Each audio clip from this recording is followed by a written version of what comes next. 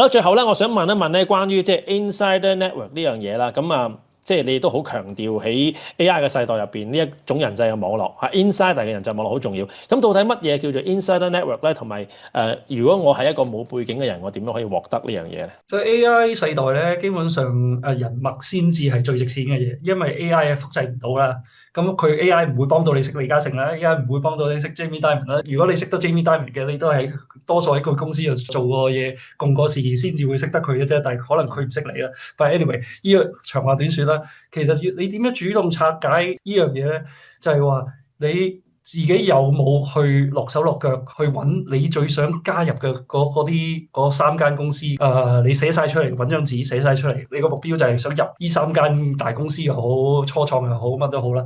跟住你有冇研究過佢嘅 business model 係乜嘢？佢產品嘅痛點係乜嘢？有冇着力去了解呢間公司係乜嘢？其實呢啲都係 prepare 你 interview 裏邊問嘅問題。不過問題係你就係話，你覺得你嘅獨特嘅見解能夠幫到間公司去達到某啲目的啊嘛？而家你嘅唔單止係 sell 你自己，係要 sell 埋你。如果佢公司請咗你，會帶俾到佢哋一啲咩嘅結果？咁呢樣嘢你可以點做咧？其實頭先都講過啦，就係你可以或者喺啲互聯網嘅social media 啊，或者 LinkedIn 啊，或者 eFinancial 啊，揾到相關嘅人物嘅 email 啦，或者聯絡方式啦，透過 AI 去做個 search 啦，或者跟住就將你辛辛苦苦去揼出嚟嘅一份 proposal 去私信俾佢啦。雖然同 call email 冇乜分別，但係總比你寄一萬封投職信好好多。